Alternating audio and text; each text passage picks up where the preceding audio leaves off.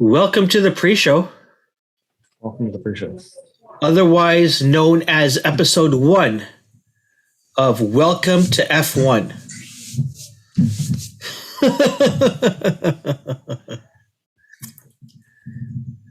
So, are you feeling better about this past weekend's race? No. In fact, earlier today, before we hopped on this call, I'd listened to all the in-car audios. Yeah. And it shows you it was more messed up than even what we saw and heard. Okay, so let's quickly review for all of the music, because there is a tie, because in terms of our podcast and F1 and the relationship between F1 and music is that you're a huge F1 fan. Yep. And have been for years and have gone to races. And that's probably, I think that's the tie-in. That's the relationship. Never mind the Formula One drivers that love to listen to music that you like. Yeah. Yeah. Like Daniel Ricciardo. Yes. Who loves. That's correct. Yes, I was listening to this past weekend. Yeah. Okay, so let's review. There's about 5 or 6 laps left in the race. We have in the lead defending world champion. Sorry, what's his name again? Again, I'm a first time. Lewis Hamilton. Behind him are 3 or 4 cars that he has lapped. 5, I believe. 5 cars that he has lapped. And behind those cars is the person in second place who is racing for Red Bull. And his name is? Max Verstappen. And ahead of them, or behind them, but ahead of them on the track, there's an accident. Well, first of all, you have to make the statement that at that point, Lewis is 11 seconds ahead. Okay, yes, okay. And cruising to victory. Cruising to victory, 11 seconds ahead. No way that Max Verstappen is catching up. He's got to pass all of these other cars. And then he's got to catch up with Lewis Hamilton, who's cruising. You're right. And then there's an accident. And the accident results in an actual safety car coming out on the track, which no car is allowed to pass. And so everyone now bunches up. Well, before you get to that, everyone at that point is starting to bunch up. There's more. Yeah. Everyone is supposed to bunch up at that point. Yeah. But because of the distances between everybody, Lewis is now 11 seconds ahead of Max.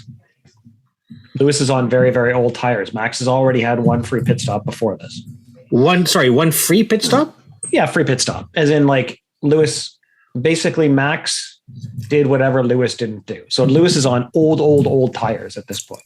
Yes. 4 laps remaining. Yeah. So if Lewis goes into the pits, Max takes over the lead. Yeah. And assuming they don't start again, game over. Yeah. He'd be too far back. Yeah.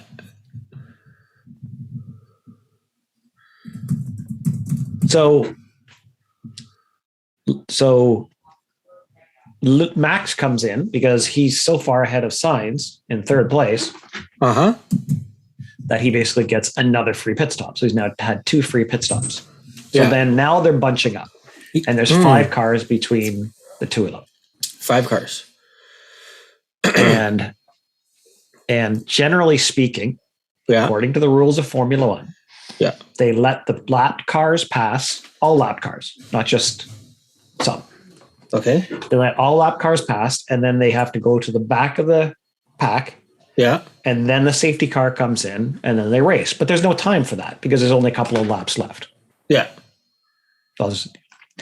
So the call is that the 5 cars are not going to pass. Nobody's going to pass. Nobody's going to pass. No one's going to pass. They don't have time to do it. They don't have time to do that and then bring it in, and they want to let them race.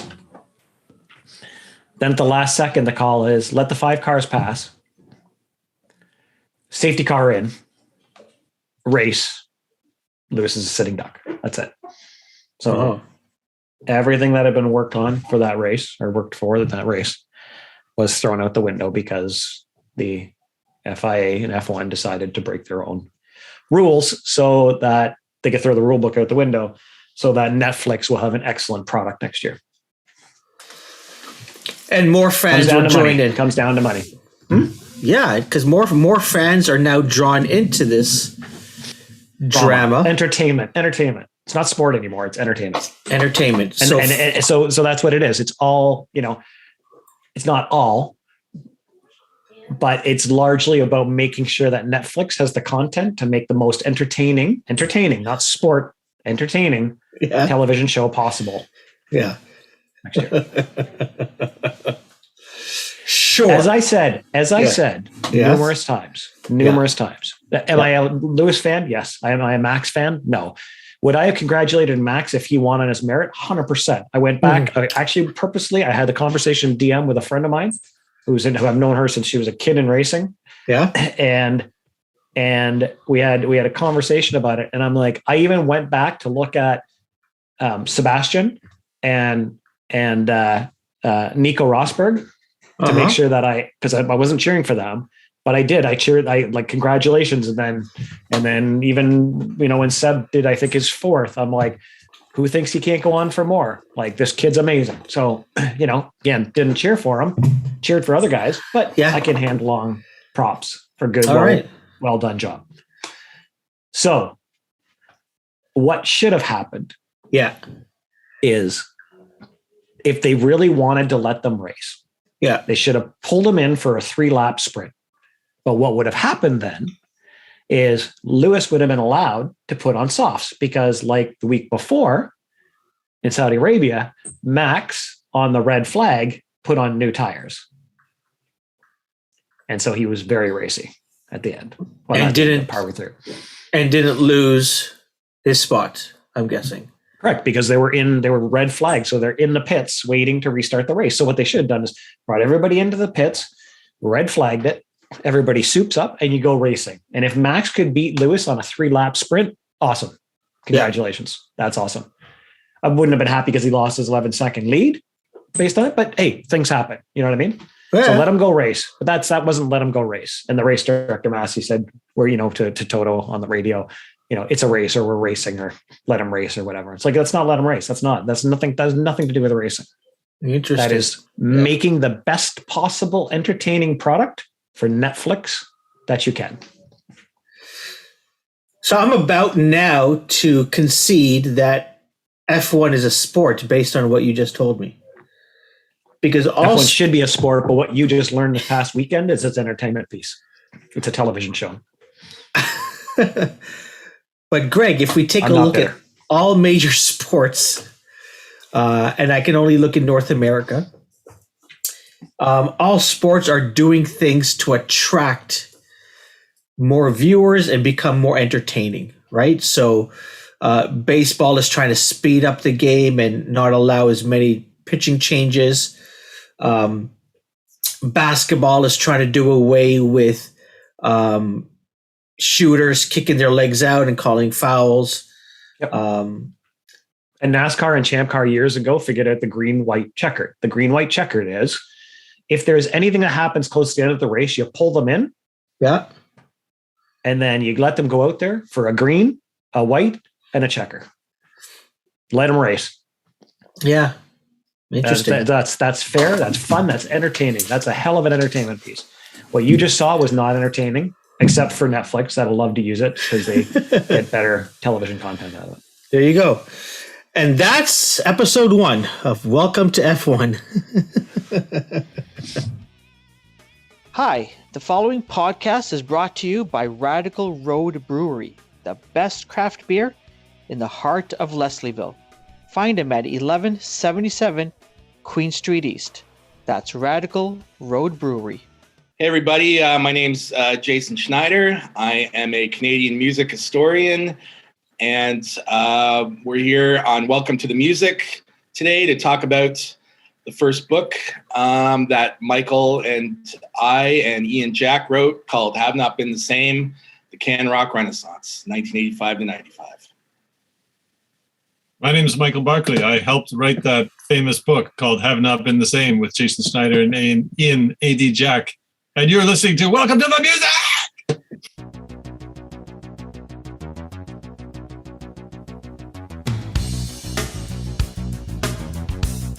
Correct. Welcome.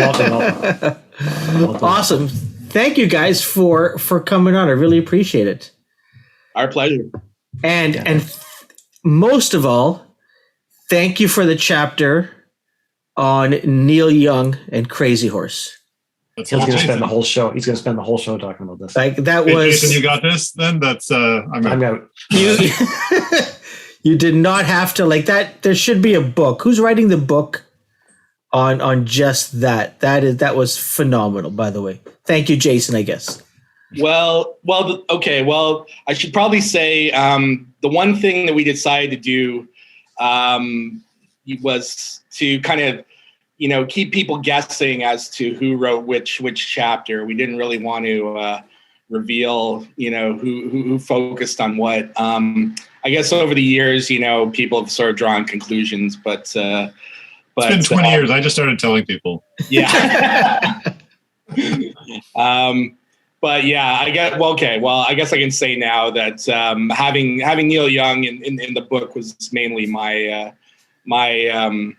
prerogative, just because I was obsessed at the time. I guess I'm still obsessed, but it actually was good timing because I think at that point Neil was at a creative peak and was influencing a lot of Canadian artists. Absolutely. And I think you guys didn't talk too much about this, but or maybe you did and I missed it, but I think Ragged Glory is the beginning of the sound that came out of Seattle. And I'm not just saying that lightly because like timing is everything. And I know, Nirvana, they had released an album earlier, their first album, but anyways, we'll get to that. And I think that's when Gregg is going to go to sleep. When we get in depth on that stuff. But since you've written this book, has there been any talk about, I don't know whether it's a second book, because it is, it's the CanRock Renaissance, right? So there can't be a second book saying, oops, we made a mistake. This is now the CanRock Renaissance. I just wrote that book, actually. Or can you? So here's the deal. First of all, we should point out that this is the 20th anniversary of the book. Yeah. September 2001. And then in September 2011, or actually, was it earlier in the year? I think it might have been April. Anyway, in 2011, we reissued it because it had gone out of print. Yeah. We cleaned it up a bit, made it better because we were older and wiser and better writers. Apologies to anyone who has the first edition. Put an amazing new cover on it. I love the new cover design so much by Ingrid Paulson. And then after that, Jason wrote the prequel of sorts, a book called Whispering Pines, which basically starts with like Wilf Carter and Hank Snow, and even before that, and then takes it right up to, Ian and Sylvia, Gordon Lightfoot, Joni, Leonard, Neil, wow. The band. And then I just finished writing a book called Hearts on Fire, which is about 2005, which I think is kind of the sequel to Have Not Been the Same. So it's kind of like a, Star Wars twisted release schedule chronology. So the middle book came out first. It's exactly like Star Wars. The middle book came out first. Yeah. Jason wrote the prequel and I wrote the sequel. Wow. So I thought about it that way. I hadn't until the words came out of my mouth. Look at that. So is the sequel out now, Michael? I'm sorry, I was not aware of that, or maybe I did. Okay, comes out in April. I just handed in my proofreading notes. So it'll be out in 4 months. What's the working title on that? Hearts on Fire. Hearts on Fire. After the Wolf Parade song. Okay. Yeah. Interesting. All right. I think it was the second chapter in this book where you guys talked about CBC, Much Music, campus radio. Until that chapter, I had never really thought about sort of the forces that came to really help new music, if for lack of a better term, be discovered. Campus radio is a big thing. Tell me if you guys can talk a little bit about that, like the importance of campus radio for some of these Canadian bands that you would otherwise not hear anywhere else. Yeah, well, that was Michael's area for sure. He really, captured, the whole that whole period well. So I'll let him talk about that. I don't think I realized it till I started researching. I mean, we're both born in 71, and so we were kind of teenagers, early 20s during the period we're writing about. And I just kind of assumed campus radio had been around forever. I didn't even really know. And then when I started researching, I realized, no, it was kind of like late 70s, early 80s. But then, I think CIUT in Toronto went on the air in 85. CITR in Vancouver, I'm pretty sure that might have been 86, because the first song they played was Have Not Been the Same by Sloan. But anyway, basically in the mid 80s, right when our narrative starts, was when campus radio really exploded across the country. And if you just think about what kind of music that gets played on campus radio, it would have been very hard to hear that beforehand. Before that, if you were into underground music, it was basically dubbed cassettes passed down to you from your older siblings, or in the classroom kind of thing. Really underground networks. And then once it's on radio, suddenly it's a lot more accessible. Also, in the mainstream level, Much Music played really weird stuff. At the beginning of Much Music, there were so few videos, especially so few Canadian videos to fill their mandate. You could put on a puppet show in your basement, and then they'd broadcast it. There's a Shadowy Men video that is literally just hand puppets, and it's amazing. Yeah. Well, they had to create their own kind of grant system, just to make sure videos would be made for them to play. I mean, that's how kind of bare bones it was. And, I mean, The Pursuit of Happiness is the most famous success story of that era. But even you think of early Katie Lang. I think they went to shoot her because they're we need footage of this woman, so they just set up and shot some live footage, and that's what would get played all the time. And that was the video. Wow. And that was the video, and they would do that with a lot of acts. I mean, then there's and the video really helped build this mythology too. And then it was oh man, there's all this really weird, interesting stuff from across Canada, coast to coast, that's super interesting and weird and fascinating. And then they would play stuff over and over. So you'd see these people all the time. And then things like the Tragically Hip live at the Marquee Moon in Halifax, that would get broadcast all the time, and that would have its own mythology develop around it. So yeah, between campus radio and Much Music, I think those were really important. And then there were also the weird ass CBC shows that I really loved, that I think were also big. Yeah. Well, sorry, I just wanted to add, I think that's kind of the bigger picture, is that at that time it was all about really sort of connecting, the country musically, from coast to coast for the first time. And, all these factors played into it, radio and Much Music, and, bands actually going out there on their own and kind of creating a national touring circuit for the first time. So it was all these factors sort of coming together in the mid to late 80s that, it created a national scene rather than a, kind of group of disparate scenes. Yeah, I will say as a musician in the mid 80s traveling across Canada, before we were even touring, in Toronto, it'd be you'd be knocking on the doors of CKLN, you'd be knocking on the doors of CIUT. You want to get play from that perspective. But then, when we were out on the road, if when we're in, I don't know, wherever, St. John's, like you're going to the college radio and you're doing the interview and you're chatting it up. And that's a huge part, I know, for us in terms of getting the word out. So yeah.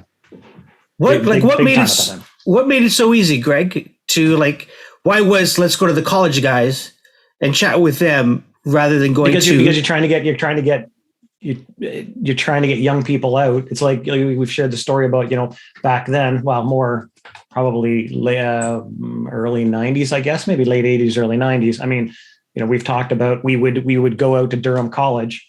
We were from Whitby, so that was our home base, and we would go to Durham College and we would sell tickets to the tour bus.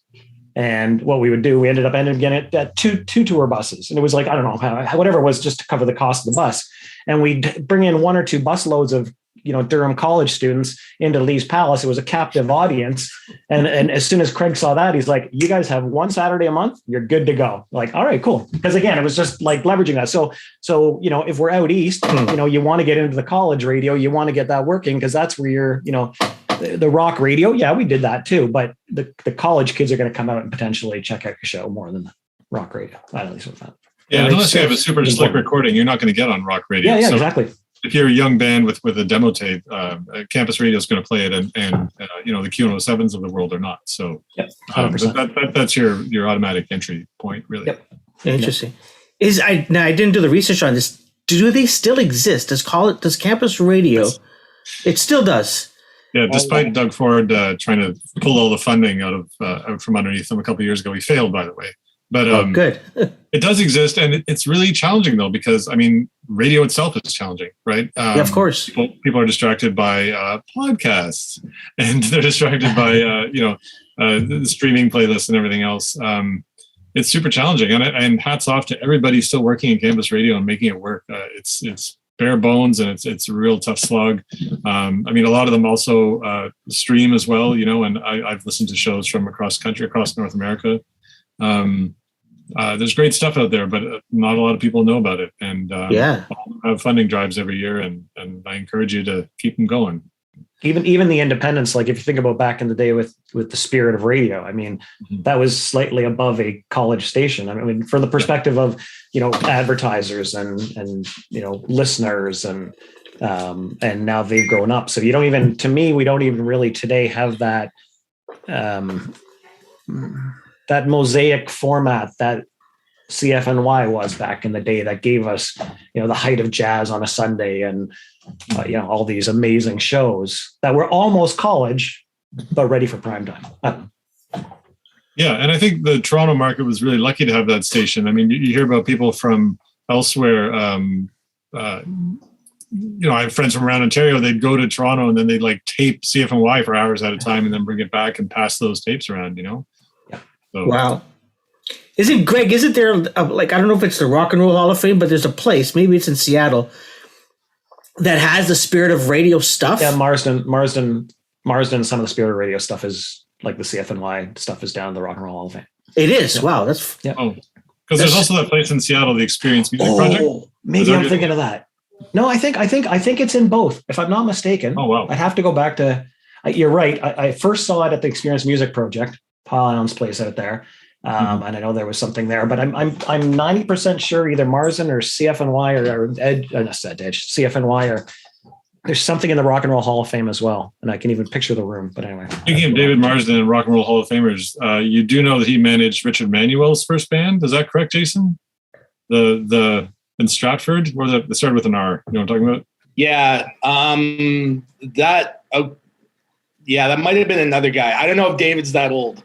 He is that old. Yeah. All right. No, he talked about that. Yeah. Okay. Anyway, well, sorry, total tangent. Yeah. You guys caught me off guard there. Anyway.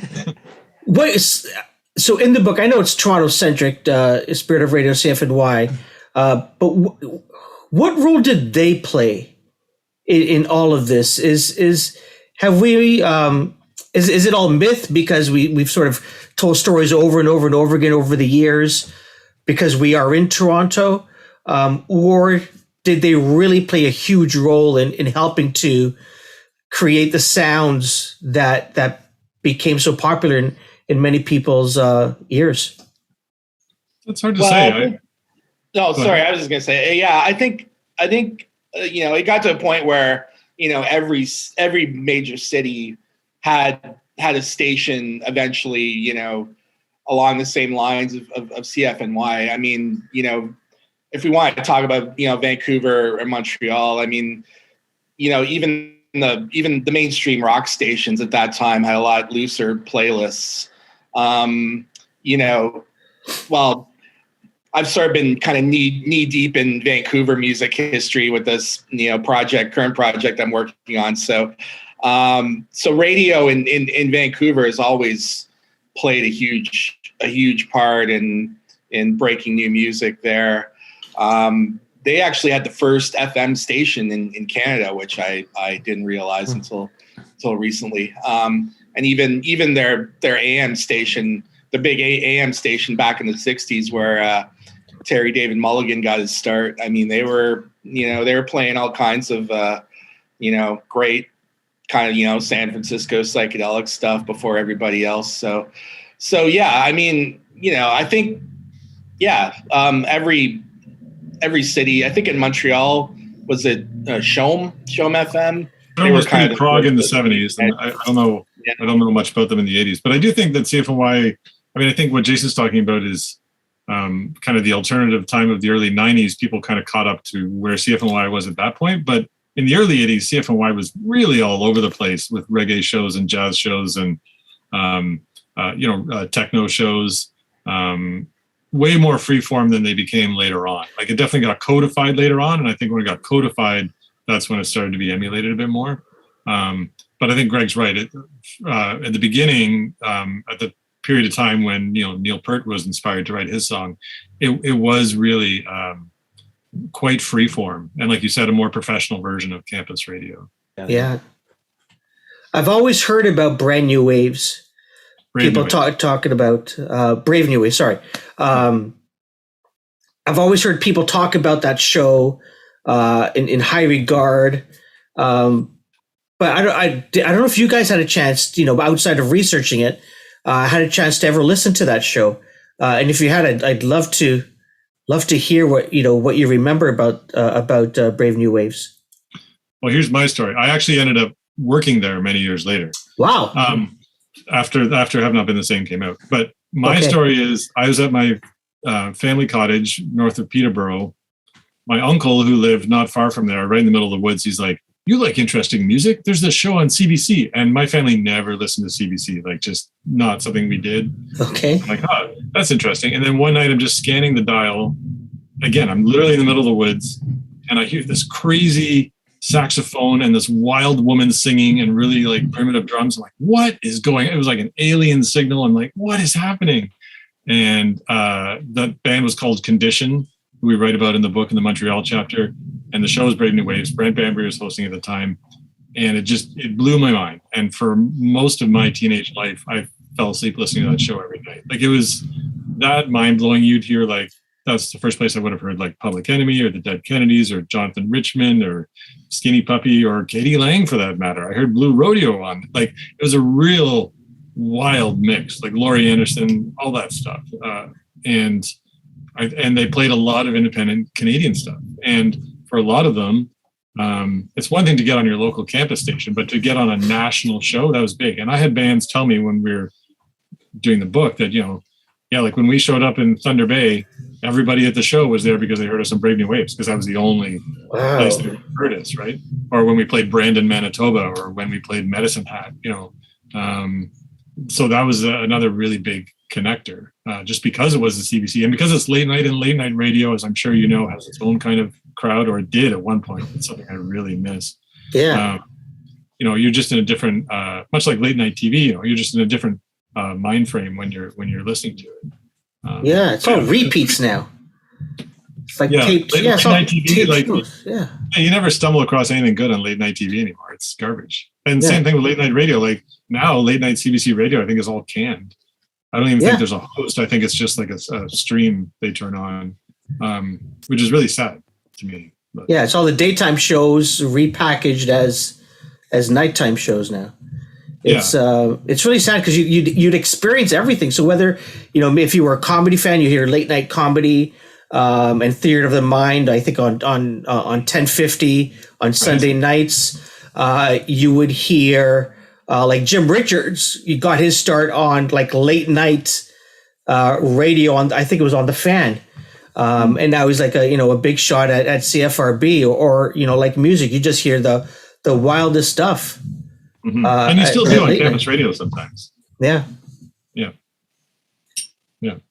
But sorry, all that is to say, this is a fascinating like petri dish of a time where really interesting weirdo music really started to bubble up, and not weirdo music too. Like there was kind of this folk revival happening in the 80s. Like rock bands started playing acoustic guitars again.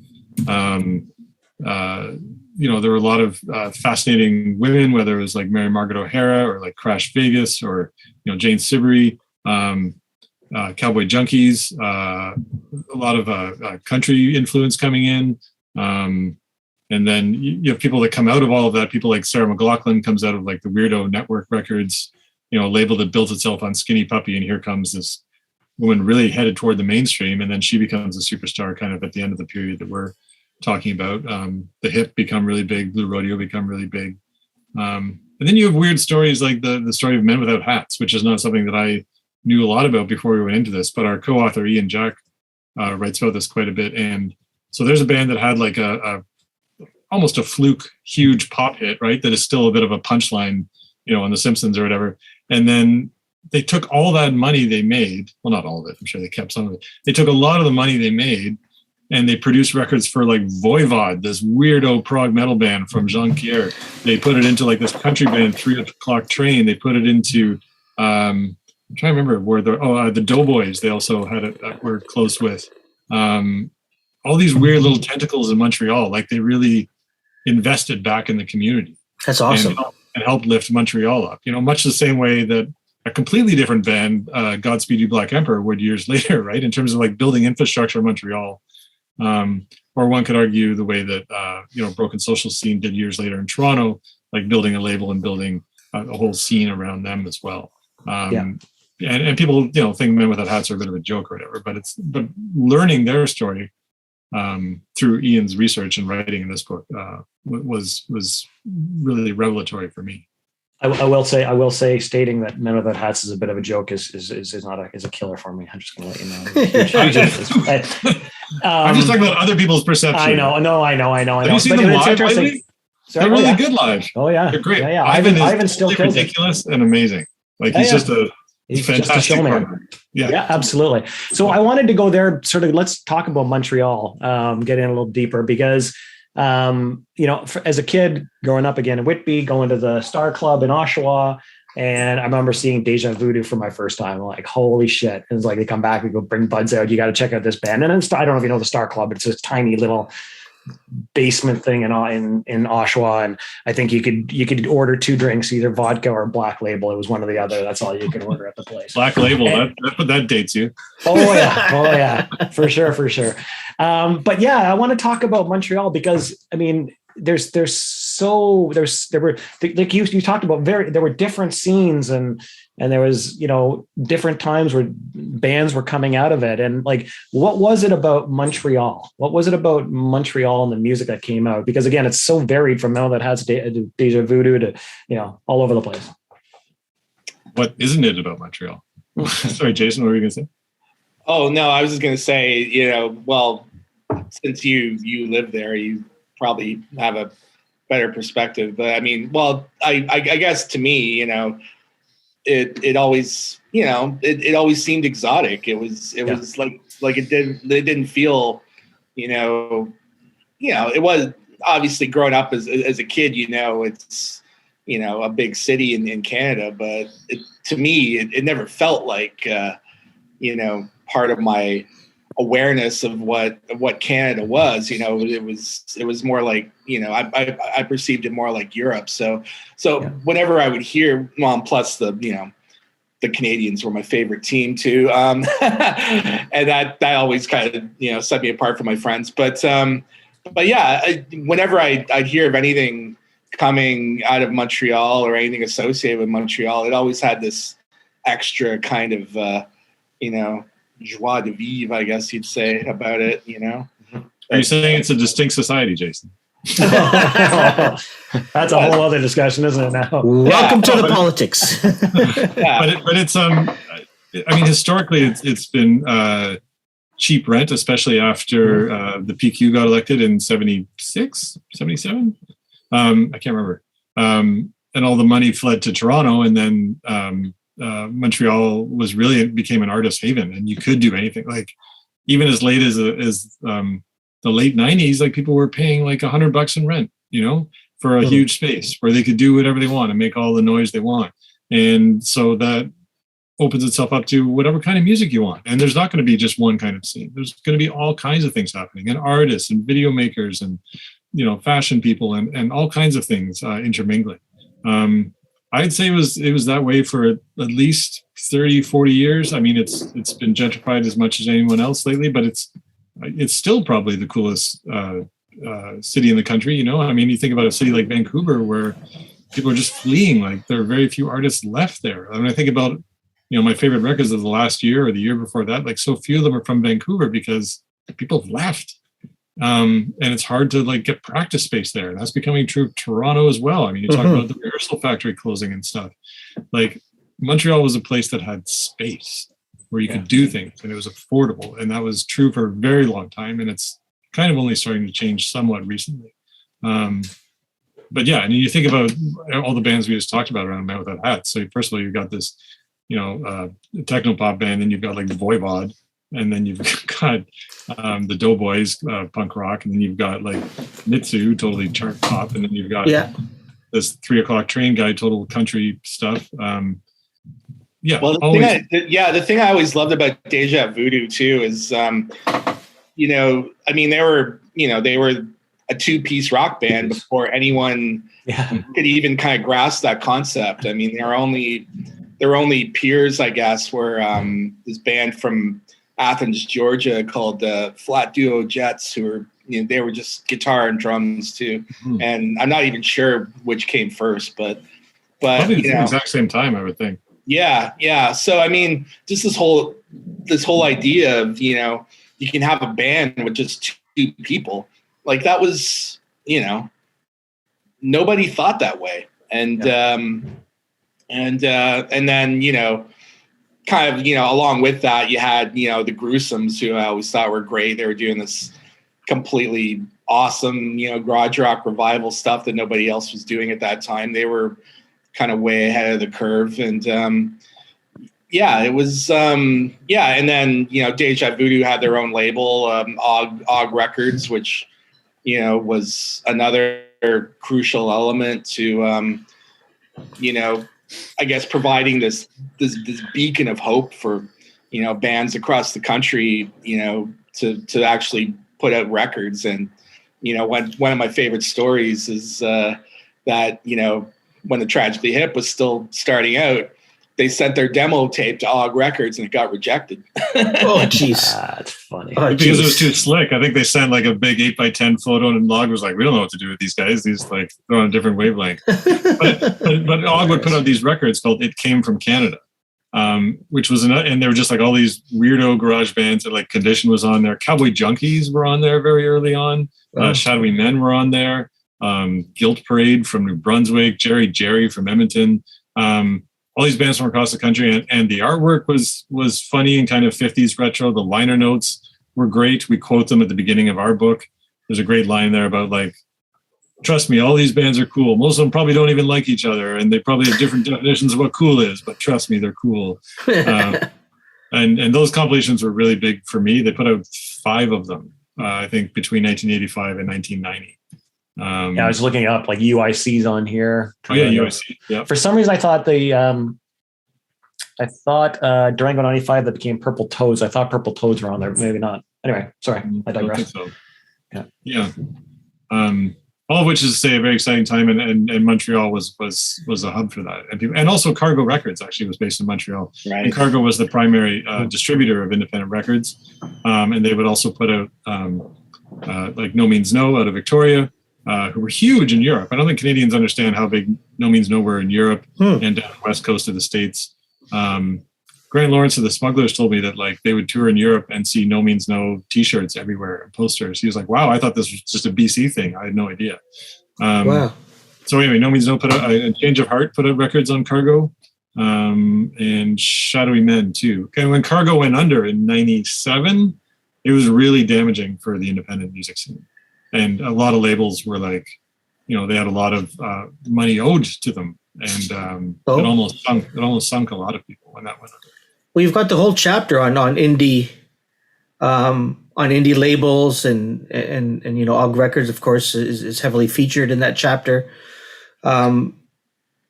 What's the important, like, without the labels? We talked about campus radio, we've talked about CBC, Much Music. What happens with Canadian music generally, or maybe it's Canadian indie music without these labels? Well, yeah. I mean, I think the interesting thing with a lot of the indie labels was that a bunch of them started just as kind of like an adjunct to somebody's record store. It's just like the plot of High Fidelity. It's just basically music fans, like music obsessives who they fall in love with these bands in their city and they just want to help them out. And I mean that's really how the Vancouver scene got started, because the big the indie labels that spread it up there, they were all attached to record stores. It started with Quintessence Records. That was the shop that became Zulu, which I believe still operates its label today. And there was another store called Friends Records. That was more punk. They worked a lot with DOA and Subhumans and more of the hardcore bands. But yeah, I mean, and I'm trying to think of some other examples across the country. There's Scratch in Vancouver as well later on. And then in Toronto, Fringe Records was run out of the Record Peddler, right, which used to be across from Maple Leaf Gardens for a long time. Moved around a bit, but these days Blue Fog has run out of Rotate This. That's kind of like an Eric Strip associated label. Yeah, I'm sure there are others too. But like, where would these acts be without these labels? That's really hard to say. I mean, a lot of people in the last 20 years have like, well, what is the use of a label? And I think it is an identity for bands. It helps fans, it helps the press, it helps radio people kind of process, what a scene is, what associations are, social relations, I like, all these other bands on this label. So maybe I'll like this new band I've never heard of because they're also on the label. Yeah. And one of the frustrating things about this time, though, is that not a lot of it really did make it out of Canada, which is different than like Jason's first book is basically about everybody who left and became very successful, right? Yeah. And then this book is largely about when Canada realized, like, it doesn't matter if the rest of the world gives a shit or not. This stuff is amazing. Yeah. And that plays out in the trajectory of Blue Rodeo and the Tragically Hip, obviously. Sloan less so. Sloan certainly breaks out, and Cowboy Junkies certainly break out. Pursuit of Happiness do well. There are exceptions. Skinny Puppy, internationally known, not huge numbers necessarily, but like for that crowd, industrial music pre 9 Inch Nails, like Skinny Puppy is it, right? That them and Ministry are the two main. But a lot of the people, I'm sorry, my computer keeps dinging.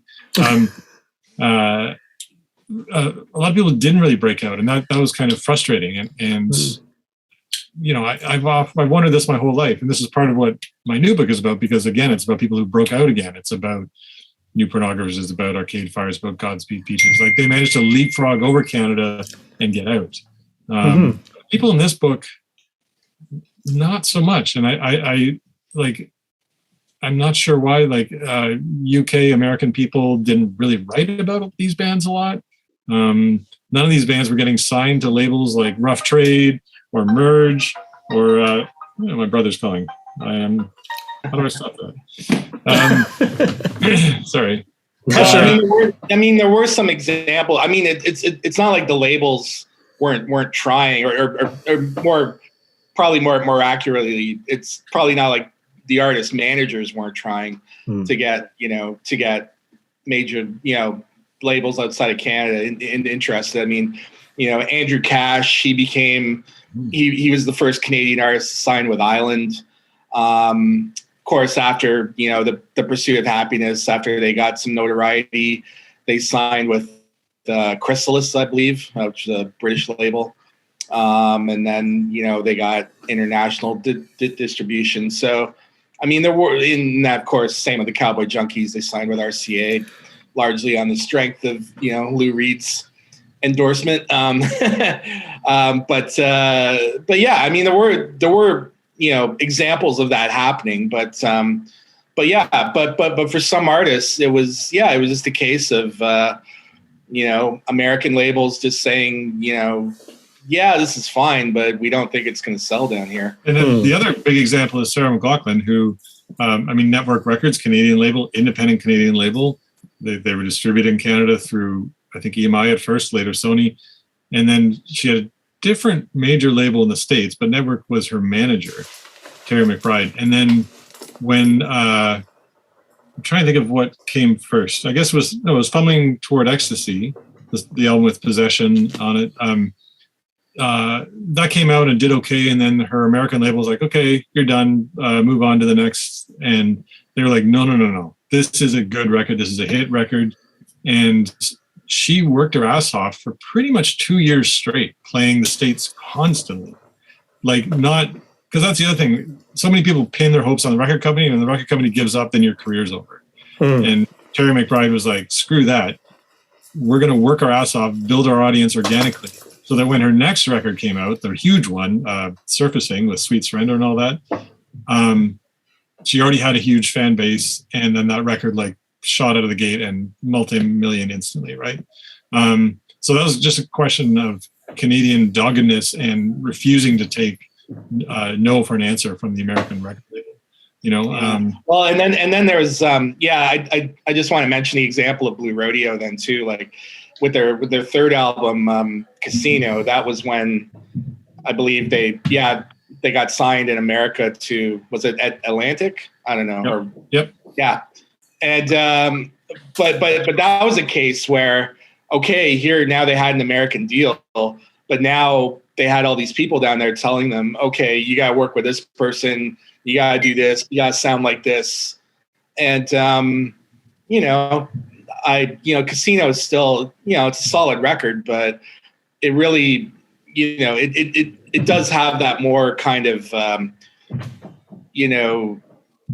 pre-planned feel about it, I guess. I don't know if that's the right word, the way to describe it, but it really stands out from the rest of their catalog, I think, in that way, just because they suddenly had all these people telling them what they should be doing. It's a very tight pop record, and I think it's very successful at doing that. I do love that record, but you're right, it's very different than all their others. And I think it was calculated that way. And I think I'm pretty sure their drummer didn't actually play on half of it, and I'm pretty sure they cut all of Bob Wiseman's solos down to 4 bars from 64. There's a lot of things going on with that record. But I mean, they also, Blue Rodeo got to play The Tonight Show, and they backed up Meryl Streep in a major Hollywood movie based on Carrie Fisher's memoir. There's weird little things about Blue Rodeo's career too people don't know. And then, of course, there's the Tragically Hip, right? And they again, things just luck and timing, and the press never seemed to give them the time of day. But they just kept going back and working and working and working. And they would invest the money they made in Canada going down there. And then they did really well in Boston, in Texas, in Arizona, Chicago, Seattle. But all these kind of different spots that don't really connect on the map. So they'd play 2,000 seat theater one night, and then a club that for 50 the next night, and then a club for 1,000 the next night. Overall successful, but really patchy. I talk about this a lot in the Hip book.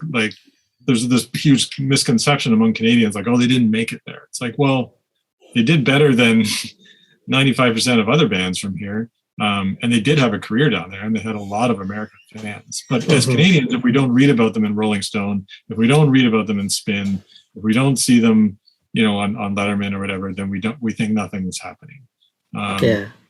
And so there's different metrics of success. And like I said, Jason's first book has people who have quite quantifiable measures of success, and my new book about the next generation, the same thing. But this one, it's really all over the place.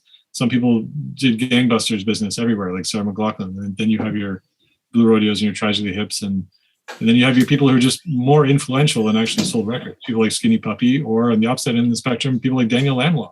Like one of the most influential people of the 80s, sonically speaking, is Daniel Lanois. And I feel like he's really only started to get credit for that in the last 10, 15 years. Like, I feel like his critical stock has really gone up, but I don't think he was.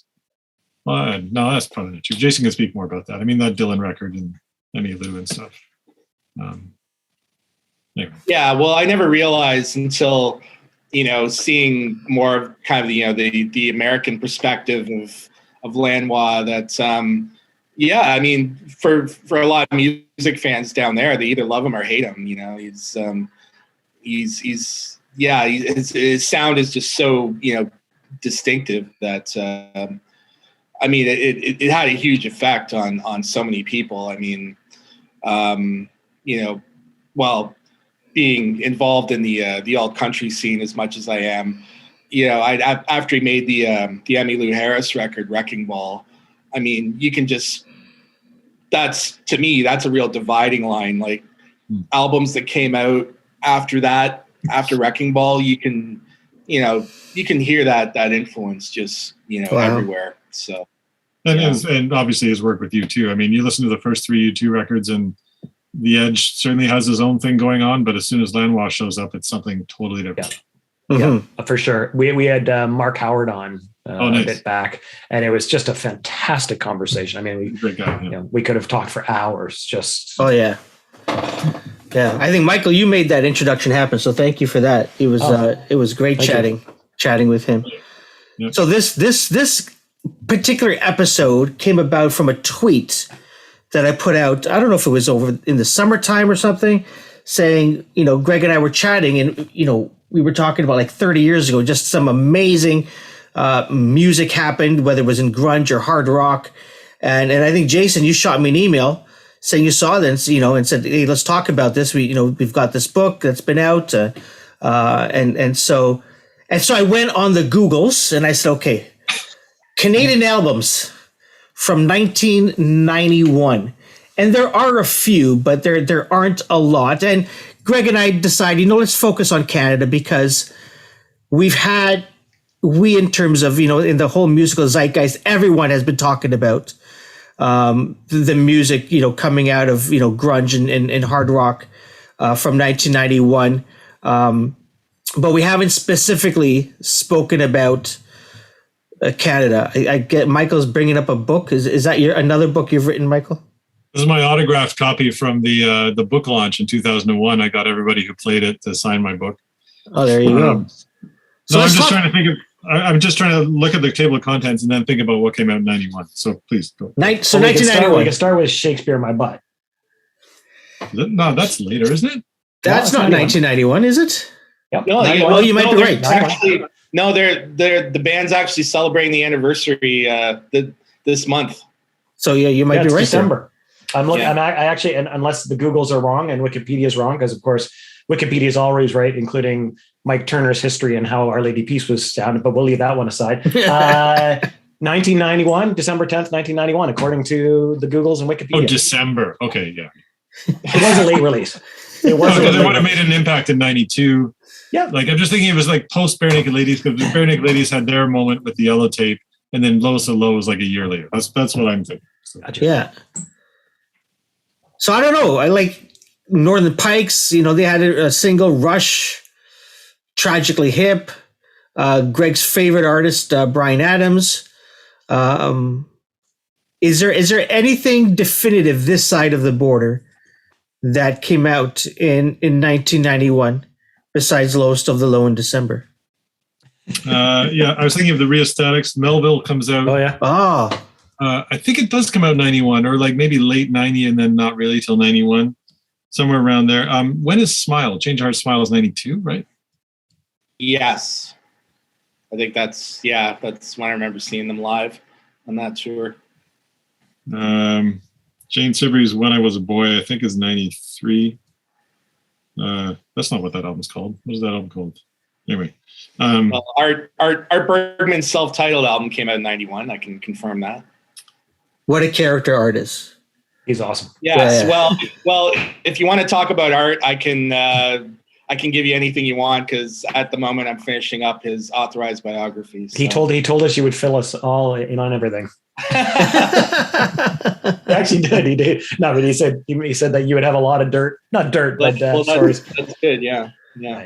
Well, one album from 1991 that I always have to mention is it's an album that pretty much nobody knows about, but it's the debut album by a band called Copyright, who were the next stage of the band Sloan, who inspired the entire book in the first place. Vancouver. Well, I like to say they were grunge before grunge existed, back in '86 or so, and just doing really just raw, stoogish kind of hard rock, with a real kind of snotty young, adolescent attitude. And that's, to me, that was my moment of, the first time I heard, the song Have Not Been the Same, that got me on this whole path that eventually led to the book. But anyway, after Sloan kind of imploded, they, a couple of the guys reconstituted themselves as a band called Copyright. And the sound, it's really hard to describe that first album, because it's a real kind of amalgamation of, a lot of different influences, not just rock. There's some world music influences on it, and just, amazing poetic lyrics. So anyway, they ended up getting a deal with Geffen Records in 1991. And so they made their debut album. They got a huge budget. They basically could have worked with any producer that they wanted to. The guy who made Saturday Night Fever was on the table at one point. Yeah. Him and John Paul Jones from Led Zeppelin. He was in the running too, but I can't remember off the top of my head who they ended up actually working with. But anyway, here they were down in LA, with all this money at their disposal, and signed to Geffen, and the album was actually scheduled to come out the same week as Nevermind, and but the big hurdle was that they were insisting that the band just be known as the Copyright symbol, and David Geffen told them, "You guys are fucking crazy. You expect people to call your band the Copyright symbol." And they said yes. And David Geffen said, "Okay, fine, whatever you want to do." And the album came out with zero promotion. They didn't tour. And that was pretty much the end of the road. So, and the first lyric on that record, Jason? What's the first lyric on that record? A broken ladder. There you go. Yeah. So, so there's the lesson, never piss off David Geffen. No. However, one person to piss off David Geffen was Neil Young. Oh, nice. You like that segue, Jason? We didn't even plan this. We didn't even plan this, but yeah, I can't remember the three. I think there was three albums, because Geffen said, put out something Neil Young. And so I don't know. I think there was a country in there. I think trans maybe came out then. Yeah, I think it all started with trans. Yeah. Yeah. Shocking Pinks. Yes. Yeah. Just hilarious. But so I think either my favorite or my second favorite Neil Young album is Ragged Glory. Right. Every once in a while, I'll go online and just see if there's a vinyl that I can get my hands on, but it's been out of print for since forever. Really? Crazy. Yeah, but just a great album. And so, it's released in the fall of 1990. And I think after that album, he sort of got the moniker of the godfather of grunge. Because like a year later in the infamous 1991, you've got Nevermind, released in September. You've got the Red Hot Chili Peppers with Blood Sugar Sex Magic in September. Pearl Jam, I think that was their first album in August. 10 came out in August, yeah. Badmotorfinger in October. And that's just, Your Illusion came out that month too? Yeah, and then you've got sort of the hard rock stuff, right? Metallica, Use Your Illusion 1 and 2. In terms of the hard rock stuff, and then of course you've got Acton Baby, which different sound altogether, and then obviously Out of Time by REM earlier on in the year, I think in March. What influence? Can we tie a line, Jason, or am I just a Neil Young fan hoping against hope that there is a line to be drawn from Neil Young and Ragged Glory to Nirvana, Red Hot Chili Peppers, Pearl Jam, and Soundgarden? What are your thoughts? Oh, sure. Well, actually, I think it all started kind of, a year before that when, he put out Freedom and did the famous Saturday Night Live performance of Rockin' in the Free World. I mean, that was, I don't know if you remember that, but that was, that was the moment where I think, the world kind of woke up to Neil Young and saw, okay, this is Neil Young. This isn't the guy who, was playing rockabilly and country and doing all this weird stuff. When he played Rockin' in the Free World on Saturday Night Live, that was who he was. And, he wasn't going to fade away. Yeah. No. He was, he was on there with his flannel shirt and his patched up jeans and just, destroyed the stage. And I think literally destroyed the dressing room. But yeah, to me, it all kind of started there. And, I remember that vividly, that, from there, that built up into the whole hype around Ragged Glory. And by the time that record came out, I think it was, the Neil Renaissance was, fully underway.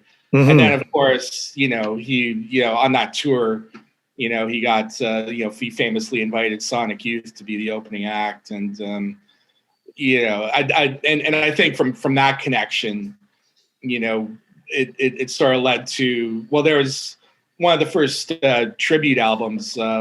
It's called The Bridge. I don't know if you remember that. That came out around the same time too, 1990. And that was, Dinosaur Jr. was on that, the Pixies, all kinds of, all kinds of new bands. So there were, around that year, 90, 91, there are all these kind of connections being made with Neil. And for sure. I mean, I still don't feel comfortable calling him, the godfather of grunge, but there's definitely, you're listen not to Rust wrong. Never Sleeps, right? Yeah, exactly. Yeah.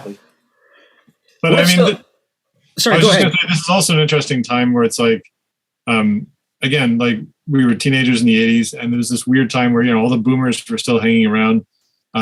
Most of them were terrible, had a lot of trouble adjusting to the 80s, including Joni Mitchell, her worst records. But, Paul Simon's an exception. But then, and so is Peter Gabriel. But then in Canada, you have Bruce Cockburn making some of the best records of his career, right? Like Stealing Fire, World of Wonders, Big Circumstance. And then you have, and Leonard Cohen also comes back with I'm Your Man. And you have these kind of cool Canadian elder statesmen also again, for someone at an impressionable age, it's it's really interesting, often weird music has always come out of this country. And look at where these people are now, and they're growing old quite gracefully. Then of course, Neil shows up after a decade of kind of fucking around. And then, like Jason says, just destroys. I remember being 18 and watching that Saturday Night Live thing I think I had just turned 18. And I was like, okay, well, I don't have to worry about getting old because look at that guy. Look at that guy. That's right. Never mind this minor mid-youth crisis I'm having. Look at that guy. Absolutely. Guys, this has been fun. I think this book in particular probably deserves like a series of episodes. But it's a great book. Michael, looking forward to your book coming out in a few months. I think Gregg, you wanna close off with a question? I just before we end it off, I do want to make a call out to one album that did come out in 1991. He went in the Neil Young's lane there. So we do have to give a shout out to that pop album, Alanis from 1991. This one. There you go. Can you name a song from that record? Well, I could go because it's right in front of me right now. I just want to make sure that it was 91 because a buddy of mine was one of the engineers on it. But yeah, I'm like, she comes out with that album, and then the next album destroys. The rest is history. The rest. There's a new documentary in that HBO series that I haven't seen yet. Yeah, I did watch the Kenny G one, which was amazing, but I haven't seen the Alanis one yet. Nice. She's enjoying a renaissance herself. She is. It's amazing. Everybody wants to have her. Well, apparently that musical is great. I know someone who saw the musical in New York and someone suspicious of jukebox musicals. They said that is how you do it properly. Interesting. Cool. That is awesome. Cool. Yeah. Jason, Michael, thank you so much. The book is Have Not Been the Same. And Jason, the name of your prequel to this? Yeah. It's called Whispering Pines, The Northern Roots of American Music. Awesome. And Michael, your sequel to this book coming out this spring. It's called Hearts on Fire, 6 Years That Changed Canadian Music, 2000 to 05. That looking forward to that. And please, both of you. ECW Press, by the way. And props to them for some great books that they've published, especially around music. Jason, Michael, thank you so much for joining us. Have a good holiday and Happy New Year to the both of you. Thank you so much. Thank you for your time, gentlemen.